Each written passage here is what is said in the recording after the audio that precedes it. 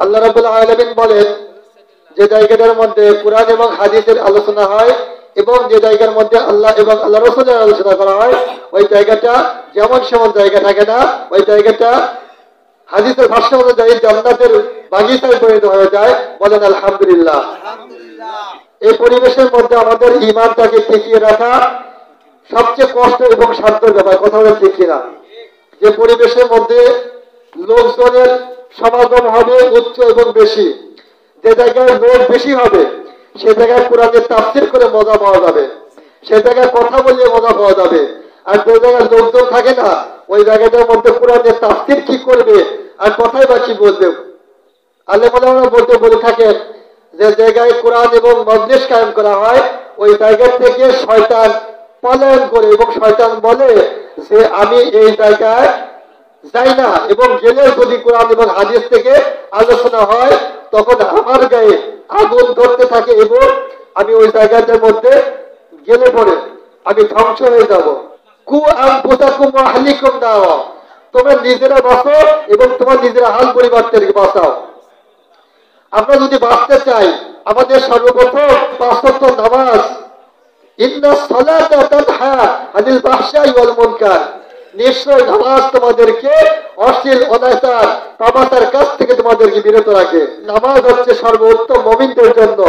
দুনিয়াতে আসি আপনি তো আপনার বান্দাদেরকে ৫ ওয়াক্ত নামাজ দিয়া যখন দুনিয়াতে পাঠাবেন আপনার বান্দারা পাপাচারে লিপ্ত হবে। আল্লাহ রাব্বুল আলামিন বলেন আমি আমার বান্দাদেরকে পাপাচার থেকে বিরত রাখবো। কেমন করে? আল্লাহ বলেন যে আমার বান্দারা যখন আমার নামে শুকরিয়া আদায় করবে, আমাকে ডাকবে, তখন আমি আল্লাহ রাব্বুল আলামিন একটা না দুইটা না ৭০,০০০ ফেরেশতা দিয়ে আমি ওই জায়গাটার মধ্যে বেষ্টনী করে ঘিরে রাখবো। তখন আমার বান্দারা গুনাহ করার সুযোগ পাবে না। বলেন সুবহানাল্লাহ। দোকান বাজাচ্ছে সবচেয়ে নিকৃষ্ট জায়গা আর মাহফিলের চেয়ে সবচেয়ে উত্তম জায়গা যেটা জান্নাতের স্থান। আল্লাহ বলেন আমি বান্দাদেরকে ভালোবেসে জান্নাতে দেব, আর জান্নাতে এমন একটা পরিবেশ থাকবে যে জায়গায় নাজ নিয়ামত দ্বারা পরিপূর্ণ থাকবে। বলেন আলহামদুলিল্লাহ। বেশি বেশি আল্লাহ এবং আল্লাহ রাসূলের কথা শুনবো, এগুলো আমাদের মধ্যে নাই। আজ আমরা কিসের মধ্যে আছি জানেন? আজকে আমরা আমাদের ছেলে মেয়েদেরকে টিভি দেখাই, তারা টিভি দেখে মোবাইলে খারাপ জিনিস দেখে আজকে তারা পথভ্রষ্ট।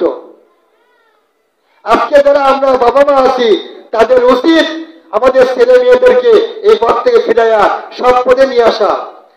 অথচ আমরা গার্জেনরা এগুলো বুঝি না। আজকে যদি আমরা গার্জেনরা বলতাম যে আমার বাবা আমার মা চলো আজকে আমরা তোমাদেরকে নামাজ শিক্ষা দেই, আজকে আমরা তোমাদেরকে মসজিদে নিয়ে যাই, কোরআন কারীম পড়ার শিক্ষা দেই, আজকে যদি আমরা এই জিনিস শিক্ষা দিতাম আমাদের ছেলে মেয়েরা কি পথভ্রষ্ট হতো? কথা বলেন। অথচ আমরা এগুলো শিক্ষা দিব না। আমরা আমাদের ছেলে মেয়েদেরকে শিক্ষা দিই কিভাবে নাচে, কিভাবে ড্যান্স দেয়। অথচ কাল কিয়ামতের ময়দানে এই ড্যান্স এই নাচগুলো শেখানোর কারণে আল্লাহ আপনাকে ধরবে, আপনার বিবিকে ধরবে, আপনার সন্তানদেরকে ধরবে। হুজুরের কথাগুলো নলেজে নেয়, যার কারণে হুজুরা উচিত কথা বলে, আর উচিত কথা বললেই সমাজের হুজুরা বেজার।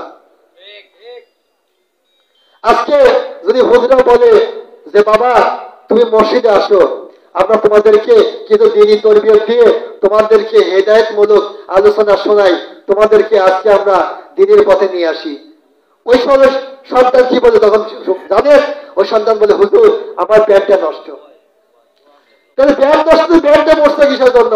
ওই প্যান্টটা তুমি খুলে পরিবর্তন করো। যে সন্তানটা যখন রাস্তা দিয়ে যায়, ছেলে সন্তানটা আমরা গান শুনি, গান শুনতে শুনতে যখন রাস্তা দিয়ে হরেন দেয়, হরেনটা না শুনে আমরা অ্যাক্সিডেন্ট হয়ে আজকে রাস্তা দিয়ে মারা যায়। কালেমান নসিব না হয়, শয়তান যদি অসদা দিয়ে আমাদেরকে পথ নসিবে মৃত্যু দেয়, কাল কিয়ামতের ময়দানে শয়তান আমাদেরকে টানতে টানতে ওই শিকলটা আমাদের পায়ে হাতে জিনজির পরে আমাদেরকে যখন কবরে নিয়ে যাবে, যখন আমাদেরকে পুরাবে, আমাদের দেহ ছিন্ন বিচ্ছিন্ন হয়ে যাবে, ৭০ হাত মাটির নিচে যখন আমাদেরকে ঘিরে ফেলবে, তখন আমাদের উপায়টা কি থাকবে?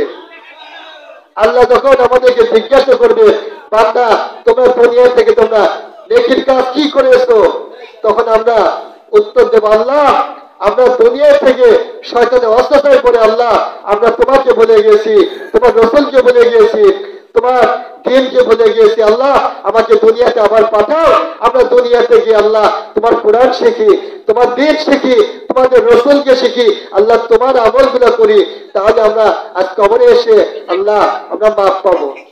আল্লাহ তোমার ফেরেশতা থেকে বলতে, ফেরেশতারা তোমরা সাক্ষী থাকো, ওই বান্দাকে তোমরা কি করো, আজকে জাহান্নামের আগুনে নিয়ে যাও, তাদেরকে জিন্দির পরে 70 হাত মাটির নিচে গেলে ফেলো এবং তাদেরকে মারতে থাকো এবং তাদেরকে ফুল দ্বারা খাওয়াইতে থাকো, তারা যেটা আমার নাম ধরতে না পারে। বলেন নাউযুবিল্লাহ। দেখেন কত বড় কথা, অথচ আমরা দুনিয়া থেকে নেকির কাজ করি না, এগুলো বুঝি না। আমরা যখন কোরআনে হক কথা বলতাম ভাইরা, আমরা আলেমদেরকে জেলের মধ্যে বন্দি করে, তো আলেমরা যখন হক কথা বলতো এসে বলতো হুজুর হক কথা বলা যাবে না। কেন হুজুরা হক কথা বলবে না? তোমরা কি মুমিন না? তোমরা কি মুসলমান না? তোমরা কি মুসলমানের সন্তান না? আজকে হুজুরা হক কথা বলে তোমরা মামলা টামলা করে আজকে হুজুরদেরকে জেলের ভয় দেখাও। জেলের ভয় হুজুরা করে না, কারণ হুজুরা মুসলমান, হুজুরা মুনাফিক না। কথা বলে ঠিক কিনা? আজকে তোমরা মুনাফিকের বাচ্চা হয়ে গেছো। মুনাফিক না হলে তোমরা যখন হুজুরের কথা বলবে, হুজুরদের কাছে এসে দোয়া নিবে, হুজুরদের কথাগুলো শুনবে, যদি শুনে আমল করতে পারো, ওই একটা আমলের কারণে আল্লাহ পাক তোমাকে কাল কিয়ামতের ময়দানে তোমাকে জিজ্ঞাসাবাদ করবে না, বিনা জিজ্ঞাসায় আল্লাহ তোমাকে জান্নাত দিয়ে দেবে। হুজুরদেরকে তোমরা কথা বলো, আর কথা বলতে গেলেই মাহফিল 100 সওয়াল লিখা জারি করো। কোথায় পেয়েছে এসব মুনাফিকি বুদ্ধি? আজকে দিনের পরিবেশকে কারণ করে দিনকে আপনারা ভাবেন, আপনাদের ছেলেমেয়েদেরকে দিন শিক্ষা দেন, তাও আপনারা গার্জেনরা পাল পাবেন। আর না হয় আপনার ছেলে মেয়েদেরকে আজকে নাচের গানে আপনারা বন্ধ করে রেখেছেন, শয়তানের অস্ত্র কেটে দিচ্ছেন, তাহলে তো আপনাদের যারা গার্জেন আছে তারা তো মরবেন, আপনারা যারা মাতা পিতা আছেন তাদেরকে তো আল্লাহ মাফ করবে না, তাদেরকে জান্নাত পার করে জাহান্নামে আল্লাহ নিক্ষেপ করবে। যারা যুবক আছো তাদেরকে বলবো, বাবা তোমরা ফিরে আসো, জাহান্নামকে ভয় করো, জান্নাতের চাবি খোঁজো। আল্লাহ বলছে ইন্নামাল আমালু বিন্নিয়াত, আমলের প্রতিদান হচ্ছে নিয়তের উপর নির্ভর করবে। তোমরা যদি ভালো আমলে নিয়ত করো তাহলে ভালো ফলাফল পাবে, আর যদি খারাপ আমলে নিয়ত করো তাহলে আল্লাহ পাক কাল কিয়ামতের ময়দানে তোমাকে জাহান্নামের কঠিন আগুনে পোড়াবে। অতএব বাবারা তোমরা ফিরে আসো, আল্লাহকে ভয় করো, রসুলকে ভয় করো, কিয়ামতকে ভয় করো, আযাবকে ভয় করো। আল্লাহ এই ওসিলায় তোমাদেরকে মাফ করে তাও বলতে পারে, আল্লাহ আমরা আলেম আমার মুখের থেকে আমরা সত্য কথাগুলো শুনছি, কোরআনের বাণীগুলো শুনছি, আল্লাহ তোমার নবীর হাদিসগুলো শুনছি, আজকে আমাকে মাফ করে দাও। আল্লাহ বলবে, বান্দা তোমরা যখন ভালো কথাগুলো শুনে আমল করেছো, আজকে আমি তোমাদেরকে মাফ করে দিলাম। আজকে তোমরা জাহান্নামে না আছে, তোমরা আজকে জান্নাতে চলে যাও। জান্নাতে এমন একটা জায়গা যেখানে নাচ দিয়ে আমাদের পরিপূর্ণ থাকবে, হুরে কেলমানরা তোমাদের জন্য দোয়া করতে থাকবে। যখন তোমরা জান্নাতে যাবা, হুজা তোমাকে আহলান সাহলান মারহাবা বলে তোমাদেরকে সামনে আগায় নিতে থাকবে। বলেন সুবহানাল্লাহ। আপনারা আপনাদের বাড়ি থেকে টিভি গুলো সরান, আপনাদের ছেলে মেয়েদের কাছ থেকে মোবাইল গুলো সরান। আপনাদের ছেলে মেয়েরা এখনকার যুগে নেট আসার পর তারা ফ্রি ফায়ারে পাগল, তারা ফ্রি ফায়ার খেলে আর বলে যে আমরা নামাজ পড়ে কি করব, বারবার শয়তানকে মার। কথা বলে ঠিক কিনা? এখনকার যুগের ছেলে মেয়েরা ফ্রি ফায়ার আসার পর আমি অনেকে দেখছি এই ফ্রি ফায়ার গেম খেলার জন্য বাবা মাকে খুন করে, তারা গার্জিয়ানকে মানে না, তারা মুরব্বী মানে না, তারা দিনের পথে আসে না, তারা নেকির কাজ করতে চায় না। রাত জেগে শয়তানের ওয়াসওয়াসায় মোবাইল সারাদিন দেখে, আর রাত্রে তারা কি করে, প্যানগুলো নষ্ট করে ফেলে।